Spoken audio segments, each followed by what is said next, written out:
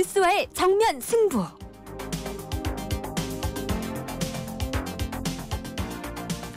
YTN 뉴스 정면 승부 2부 정면 인터뷰로 시작합니다. 저는 김민하고요. 내년도 예산안에 대한 법정 처리 시한 결국 데드라인을 넘겼는데요. 여야는 예산안 처리 그리고 이상민 행안부 장관 해임 건의안을 두고 공방을 계속 이어가고 있습니다. 이와 관련돼서 국민의힘 홍석준 원내부대표하고 전화 연결로 여당의 입장을 좀 들어보겠습니다. 안녕하십니까? 예, 안녕하십니까?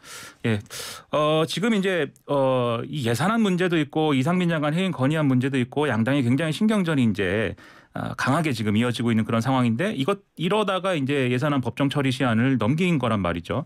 네. 국민의힘 입장에서는 민주당이 지금 이상민 장관 해임 건의안을 이렇게 강하게 밀어붙이는 거에 대해서 지금 반발하면서 지금 예산안 처리나 이런 것들도 같이 이제 좀 논란이 되고 있는 건데 네. 이상민 장관 해임 건의안을 민주당이 밀어붙이는 의도가 뭐라고 생각하십니까?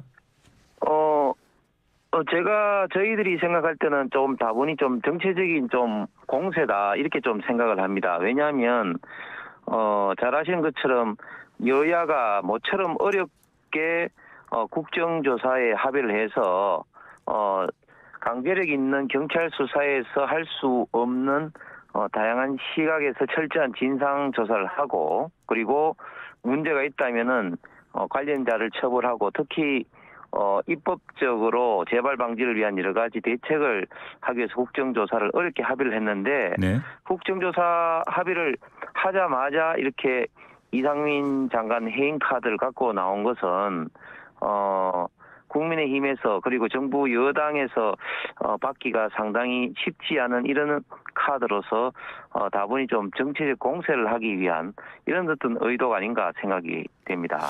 정치 공세라는 거는 이제 목표가 있어야 되는 거 아니겠습니까? 그 정치 공세의 목표는 그럼 뭐라고 생각하십니까? 예, 무엇보다도 윤석열 정부의 크게 보면 흔들기 차원이고 그리고 정부 여당이 이태원 참사에 대해서 이상민 장관을 너무 보호하는 그런 어떤 인상을 좀 줌으로써 어떤 국민들의 어떤 지지, 특히 이태원 참사에 대한 어떤 부담을 더 확대하기 위한 어떤 그런 목적이 있겠죠. 그런데 이제 이런 여론도 있는 것 같아요. 예를 들면 이상민 장관이 참사 직후에 좀 부적절한 그러한 발언을 한 바도 있고 그리고 이제 국민들 여론조사나 이렇게 좀 실시한 결과를 보면 이태원 참사에 대해서 어쨌든 최고 책임자 중 한 명인데 이상민 장관에 대한 어떤 이 자진 사퇴라든지 이런 것들은 또 필요하다 이렇게 보는 국민들도 있고 이런 상황에 또 이 민주당이 해임 건의안을 제출을 했습니다만 너무 또 여당이 이것에 대해서 반발하고 또 이상민 장관 지키기로만 가는 거 아니냐 그건 좀 여당 입장에서는 부담되는 그런 얘기 아닌가요? 예, 그렇습니다. 이상민 장관이 이태원 참사 초기에 한 발언들에 대해서는 의도가 어떻든지 간에 뭐 상당히 국민들의 공감을 불러일으키기 어려운 면이 사실 많죠. 사실 폼나게 사표 쓰고 싶다는 이 말은 언제든지 책임을 지겠다는 그런 어떤 속뜻이었지만 어쨌든 표현상으로는 좀 적절치 못한 것은 뭐 저희들도 인정하고 그러나 한 가지 분명한 것은 저희 국민의힘에서 이상민 장관을 절대적으로 보호하겠다 이런 것이 아니라 네. 국정조사의 어떤 목적 그리고 경찰 조사 등으로 인해서 어떤 철저한 진상 조사가 먼저다. 지금 현재 그 이상민 장관이 안전에 관련된 총괄 지금 장관이지 않습니까? 그렇죠. 장관이 이렇게 또 무턱대고 또 사퇴를 하는 것은 어떻게 보면은 무책임하게 붙여질 수도 있고 특히 현직 장관이 없는 가운데서 이러한 어떤 조사라든지 또 이런 어떤 사후 대책이라든지 이런 것도 마련하는데 상당히 어려운 것이 사실입니다. 그렇기 때문에 일단은 조사를 먼저 하고 책임질 사람 책임을 져야 된다는 게 저희 당의 일관된 어떤 주장입니다. 그렇기 때문에 이상민 장관을 저희들이 철저하게 너무 보호한다 이런 것은 아닙니다. 그렇군요. 근데 이런 여론도 또 있는 것 같아요. 어쨌든 이제 이상민 장관과 관련돼서는 특히 이제 대통령이 좀 이 최측근이다 뭐 이런 마음으로 너무 또 방어하고 있는 거 아니냐라는 시선도 있고 그리고 국정조사 자체에 대해서도 국민의힘은 이전에는 좀 국정조사 자체에 대해서 좀 회의적인 시각이었고 마찬가지로 대통령실도 그러한 입장인 것처럼 언론에 많이 비춰졌기 때문에 그러한 부분들에서 말씀하신 것처럼 국민의힘은 이제 아니다 이렇게 얘기를 하더라도 국민들이 볼 때에는 좀 의심할 만한 그런 부분이 있는 거 아닌가 싶은 생각도 들거든요. 예를 들면 최근에 뭐 동아일보에서 나온 보도인데 대통령실에서도 이상민 장관에 대한 인사 조치는 필요하다는 의견이 있습니다. 이렇게 보고를 했더니 대통령은 거기에 대해서 무슨 민주당 같은 얘기를 하고 그래 뭐 이렇게 면박을 줬다 뭐 이런 보도도 있는데 이게 사실 여부는 제가 잘 모르겠습니다만 어쨌든 이런 여론이 있다 보니까 너무 또 감싸기만 하는 거 아니냐 이런 지적도 나오는 게 사실이거든요. 어떻게 생각하십니까? 저희들이 국정조사에 처음부터 이렇게 응하지 않았던 이유는 저희들은 국정조사가 사실은 강제력이 없는 조사이다 보니까 일단은 그 강제력 있는 경찰 수사를 한번 기다려보자는 그런 입장이었습니다. 네. 경찰의 어떤 실제적인 조사 없이 국정조사로 과연 밝힐 수 있는 게 분명히 한계가 있고 지난 세월호 때도 봤지만 8차례 이상의 국정조사나 이렇게 해도 사실은 더 추가적으로 국정조사를 통해서 밝힐 수는 없었습니다. 그럼에도 불구하고 저희들이 야당과 합의한 이유는 그 여야 간의 어떤 협치라든지 또 유가족 일부 중에 그 원하는 어떤 분들이 계셔서 저희들이 이제 국정조사에 합의를 하게 되었습니다. 그럼에도 불구하고 저희들은 처음부터 끝까지 원칙적으로 지금 고소하고 있는 게 책임자 처벌은 후에도 되니까 네. 먼저 철저한 진상 조사를 하자는 그런 어떤 입장에서 국정조사를 합의를 했는데 합의의 잉크가 마르기 전에 민주당이 이상민 장관의 어떤 해임 건의안을 오니까 이게 그러면 국정조사의 어떤 목적이 많이 훼손되고 합치에 있던 기본적인 어떤 원칙에서 좀 벗어나는 게 아닌가 그렇게 지금 많이 좀 걱정을 하고 있고 그리고 비판하고 있는 상황입니다. 그러니까 이제 국정조사가 이제 말씀하신 대로 정말 원인을 찾고 이 참사를 방지할 수 있는 대안을 마련하는 장이 돼야 되는데 네네. 여기가 이제 뭐 정치 공방의 장이 되고 뭐 그러면 안 되니까 그런 점에서 그렇습니다. 이제 충분히 우려하실 수 있다. 이제 이런 이해하시는 국민들도 많이 있을 거예요. 네. 근데 이제 민주당은 뭐 이런 주장도 합니다. 지금 이게 이상민 장관이 어쨌든 이 경찰국 설치라든가 이런 걸 통해서 경찰에 상당한 어쨌든 이 조직적인 영향력을 행사할 수 있는 위치에 있는 사람인데 이상민 장관에 대한 인사 조치 없이 국정조사를 하면서 여러 가지 책임 소재를 특히 뭐 경찰과 관련한 뭐 이런 또 소방과 관련된 이런 부분들을 또 충분히 이제 짚을 수 있겠는가. 그래서 일단 직을 내려놓는 것이 필요하지 않느냐. 이런 반박도 하거든요. 민주당은. 혹시 이런 반박에 대해서는 어떻게 생각하십니까? 오히려 그렇기 때문에 오히려 더 이상민 장관이 현직 장관으로서 어떤 국정조사를 받을 필요가 있는 거죠. 그러니까 방금 말씀하신 것처럼 지금 책임져야 될 어떤 부서들이 경찰뿐만 아니라 해당 관할구청이라든지 또 소방이라든지 여러 개 지금 부처에 뭐 지금 이제 조사가 이루어져야 되고 또 책임져야 될 어떤 그런 부분이 있습니다. 그러나 또 이걸 또 종합적으로 이런 것을 또 판단을 하기 위해서는 또 당연히 또 행안부 장관으로서 그 안전에 책임지는 주무장관이 있던 그런 어떤 것도 중요하거든요. 그렇기 때문에 그런 것에 대해서는 국정조사를 통해서 법적인 책임뿐만 아니라 정치적인 책임을 져야 될 부분이 있는지 파악을 해야 되는데 만약에 지금 장관이 없다면은 종합적으로 누가 정치적으로 책임질 것인지에 대해서 아무도 지금 거기에 대해서 제대로 된 어떤 질에 대한 답변 내지는 조사가 이루어지지 못합니다. 그렇기 때문에 저는 행안부 장관이 일단은 국정조사에 참여를 해야 된다. 그리고 만약에 행안부 장관이 없으면 제대로 된 국정조사가 이루어질 수 없다고 생각합니다. 그러니까 오히려 행안부 장관이 이제 직을 지켜야 국정조사에 출석해서 책임 있게 답변할 수 있다. 그러니까 직을 내려놓은 상황에서는 네. 국정조사에 뭐 응하지 않는다든지 별로 네. 책임 있는 답변 안 할 것이다. 이제 이렇게 말씀하시는 거네요. 네. 네. 지금 민주당은 이제 지금 말씀드린 여러 가지 논리를 통해서 해임 건의안을 이제 이 국회에서 처리를 하고 그것에 대해서 대통령이 응하지 않으면 탄핵 소추안도 발의하겠다 이런 주장을 지금 하고 있어요.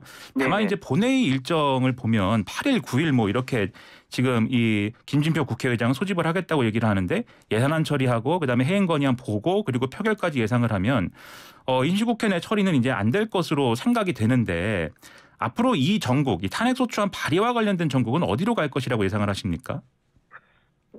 지금 민주당의 그 전략은 이상민 장관 해임 건의 내지는 탄핵 소추 이런 것뿐만 아니라 지금 예산이라든지 전반적으로 지금 윤석열 정부 지금 흔들기에 저는 지금 올인하고 있다. 지금 화물연대 파업도 결국은 이제 민노총과 그리고 민주당이 직간접적으로 지금 관계되어 있고 그리고 또 뭐 민주당 일부 의원들은 윤석열 대통령의 어떤 퇴진 운동 등에도 지금 참여를 하고 있는데 네. 그런 일환에서 지금 계속 다양한 지금 카드를 꺼내고 있는데 탄핵 소추는 사실은 헌법과 법률을 위배해야 되기 때문에 장관으로서 사실 정치적인 책임을 져야 될 부분이 있을지는 모르겠지만 법적인 헌법과 법률이 위반되는 면은 사실상은 없다고 보는 게 이제 제가 볼 때는 아마 그럴 겁니다. 그럼에도 불구하고 탄핵 소추를 지금 운운하는 것은 이상민 장관을 넘어서 지금 정권 흔들기용으로 지금 현재 계속해서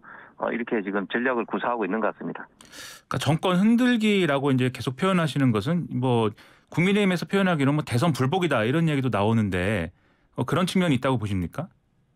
저는 뭐 다분히 있다고 봅니다. 왜냐하면 지금 민주당에서 하는 행태를 보면은 그 정권 초기에는 결국은 이제 윤석열 대통령이 공약한 것을 결국은 달성하기 위해서 여러 가지 법이라든지 예산이 필요하지 않겠습니까? 네. 사실 정권 초기에는 아무리 야당이라도 그런 면을 좀 존중을 하고 저희가 야당일 때도 100% 존중을 했는데 지금 민주당은 정부에서 발의하는 약 80여 개의 입법도 하나도 지금 처리되지 않고 그리고 예산도 보면은 주된 어떤 공약 사항을 지금 대폭 삭감 내지는 전액 삭감하는 등 지금 윤석열 정부에 대한 어떤 공약을 아예 실행하지 못하도록 하고 있는 그런 걸로 봐서는 저는 다분히 지금 대선 불복의 그런 움직임이 있습니다.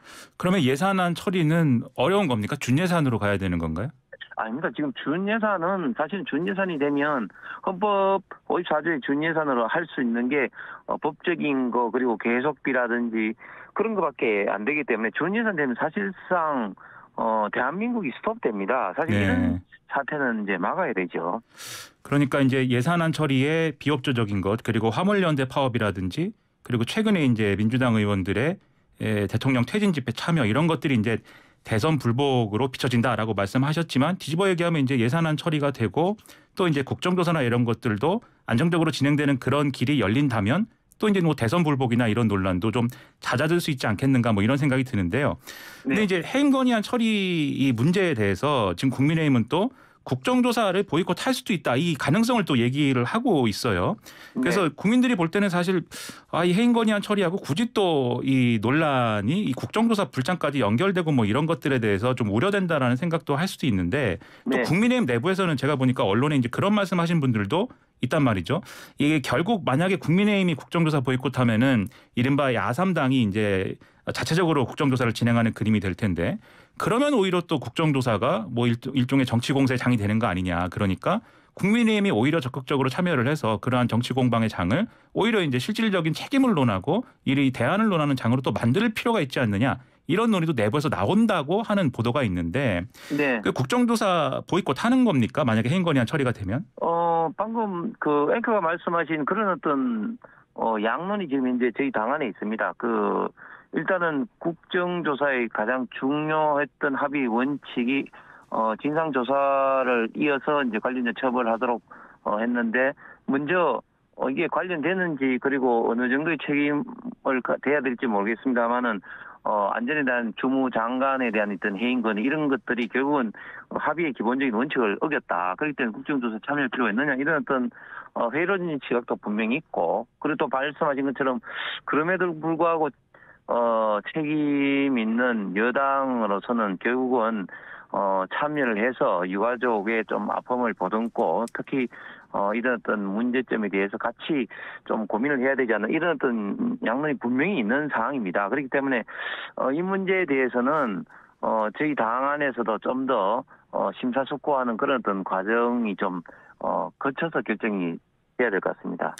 그러니까 애초에 이제 양당 원내대표 합의 사항은 예산안을 먼저 처리를 하고 그런 네. 다음에 이제 국정조사를 진행을 하기로 이제 한 것이고 그렇습니다. 거기에 대해서 그래서 이 민주당이 예산안 처리 협조를 하면은 당연히 이제 국정조사도 빠른 시일 내에 이제 좀 착수가 돼서 그렇게 해서 실질적인 국정조사가 진행될 수 있겠구나라는 희망을 아마도 이태원 참사 유족들도 그렇고 국민들이 가졌을 법한데 네. 여기에 이제 해임 건의안 문제가 끼어들면서 지금 이 예산안 그다음에 국정조사 해임 건의안이 다 같이 묶여버리는 그런 듯한 모습들이 보이는 바람에 그러니까 이 모든 문제에 대해서 양당이 사실 서로 책임을 얘기하고 있거든요. 예를 들면 민주당의 경우에는 결국 이 해임 건의안하고 예산안 처리 및 국정조사 처리 이제 별개 문제인데 요거를 국민의힘이 연결시키는 것은 예산안 처리 문제에 대한 책임을 야당한테 떠넘기려는 거 아니냐 뭐 이런 지적도 하고 있는 그런 상황입니다.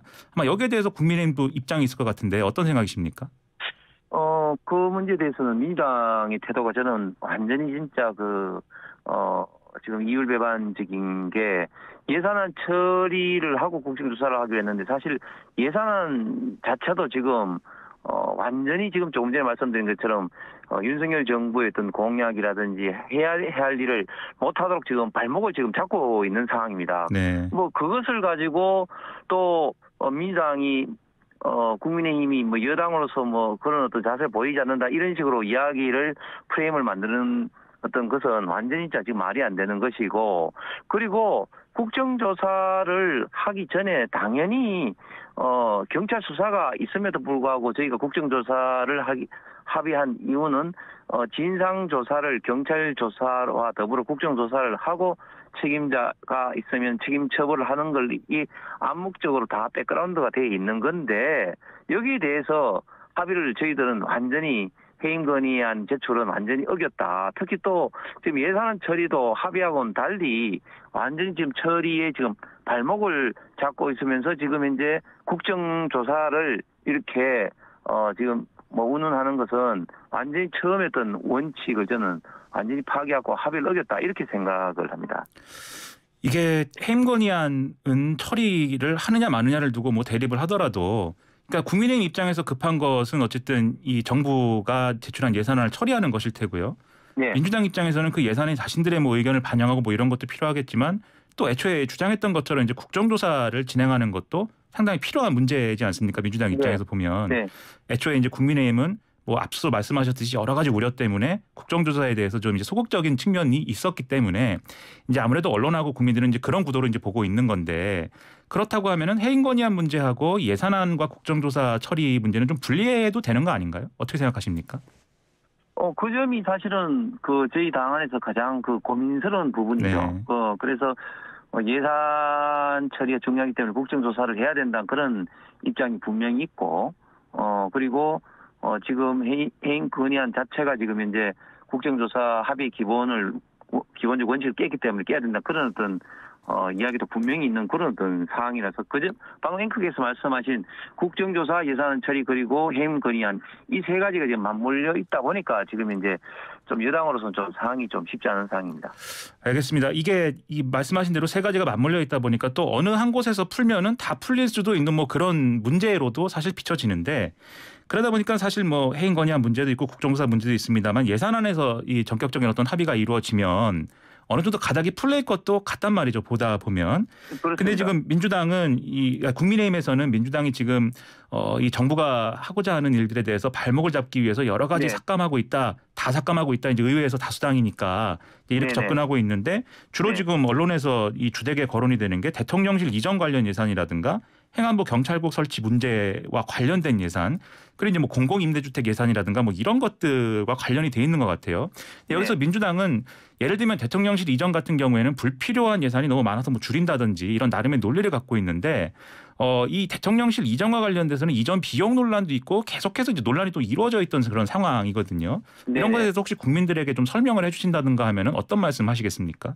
예, 지금 민주당이 지금 예산 삭감을 하는 게 지금 전방위적으로 지금 다 삭감을 하고 있습니다. 특정 부분이 아닙니다. 예를 들면 지금 윤석열 대통령의 주된 공약이었던 예를 들면 반도체 관련된 인력 양성 사업이라든지 또 소형 모듈 원전 SMR이라든지 원전 수출이라든지 이런 것은 사실은 정파적인 그런 이익과 아무런 관계가 없는데 이런 부분도 대한민국의 미래의 가장 중요한 발전의 원천적인 이런 부분도 지금 이제 삭감을 하고 있고 그리고 민주당에서 계속 이전부터 진행되어 있던 사업들도 또 대통령실 이전이라고 해서 삭감을 하고 있습니다. 예를 들면 용산공원이라든지 그런 건 문재인 정부 때부터 계속 이루어지고 있는데 이걸 또 대통령실 이전하고 맞물려서 지금 삭감을 하고 있고 그리고 대통령실 이전 관련해서 제가 지금 또 원내 부대표로서 운영이 있기 때문에 내용을 좀 잘 알고 있습니다만 네. 지금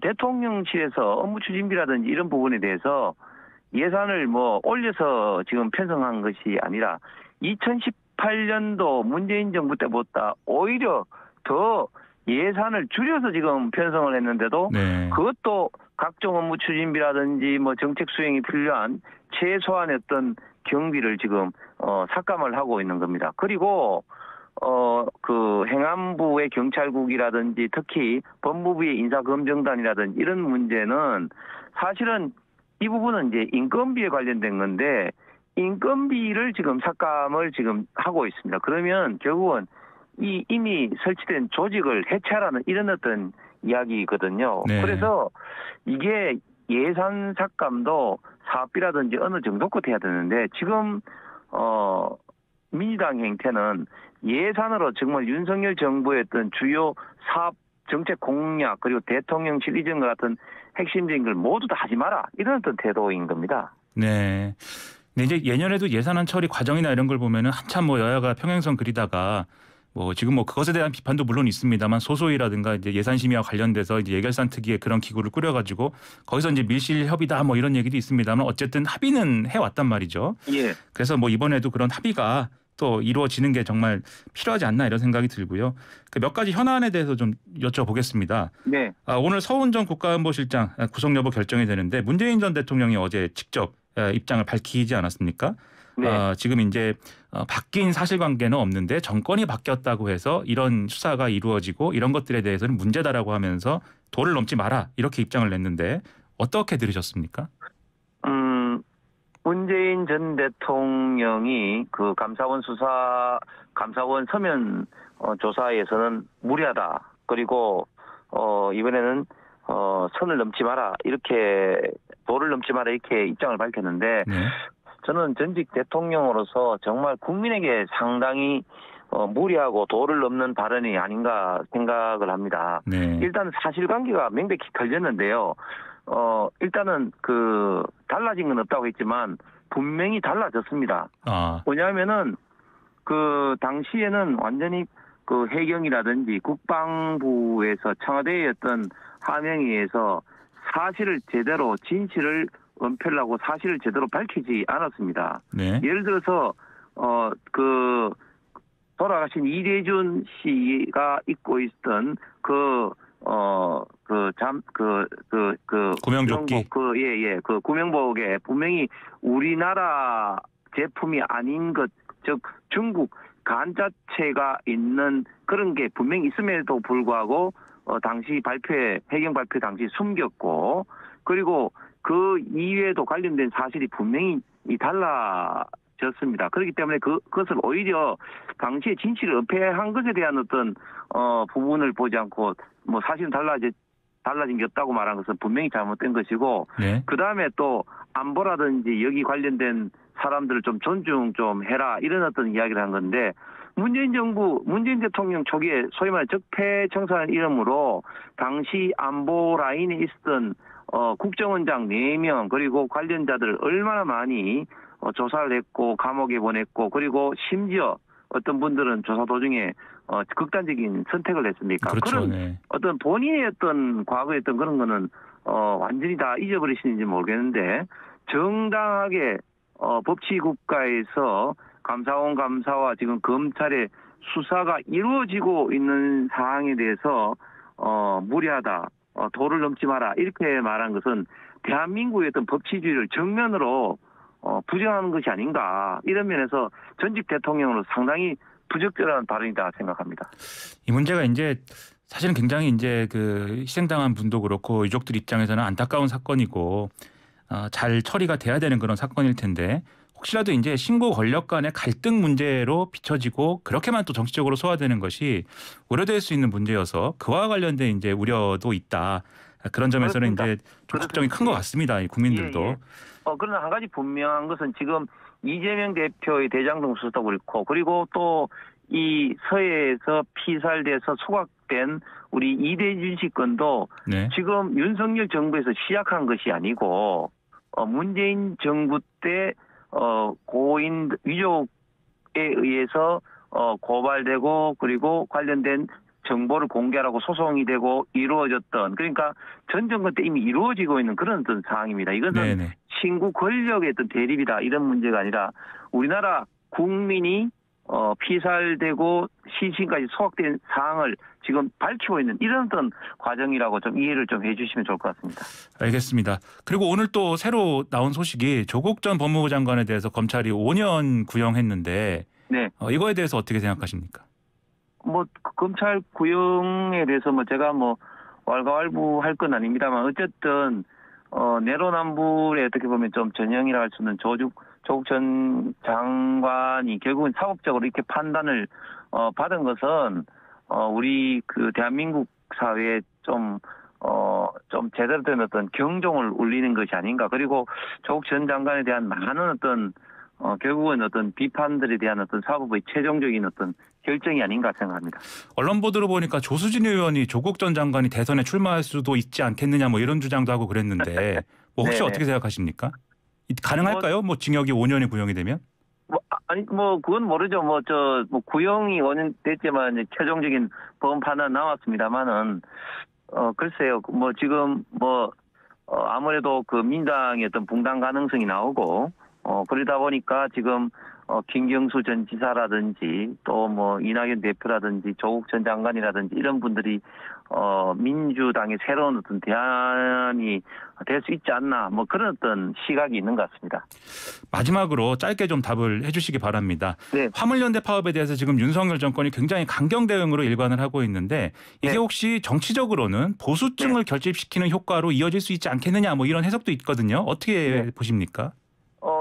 저는 그런 거는 그렇게 생각할 수는 없을 것 같고, 지금 화물연대 불법 파업으로 인해서 국민 경제, 특히 산업 현장에 미치는 영향이 엄청납니다. 엄청난 네. 피해도 지금 입히고 있습니다. 이 안전운임제가 전 세계에 유례 없는 제도입니다. 원래 안전을 생각해야 되는 제도인데 이거는 최저임금제와 같이 노동과 어떻게 보면은 좀 지나치게 사측의 어떤 자율성을 지금 배제하는 그런 어떤 제도거든요. 네. 그렇기 때문에 진작부터 사실은 많은 비판이 있어 왔는데 여기에 대해서 예. 안전운임제의 연구화 그리고 품목 확대를 주장한 화물연대에 대해 원칙적인 어떤 정부의 좀 대응은 지금 현재 네네. 참 어려운 대한민국 경제 산업 현장에서는 네, 의원님 좀 짧게 말씀해 주십시오. 네. 예, 최후의 어떤 수단으로 지금 이제 발동을 지금 하고 있는 것 같습니다. 예, 알겠습니다. 말씀 잘 들었습니다. 예, 고맙습니다. 예. 예. 지금까지 홍석준 국민의힘 원내부대표였습니다.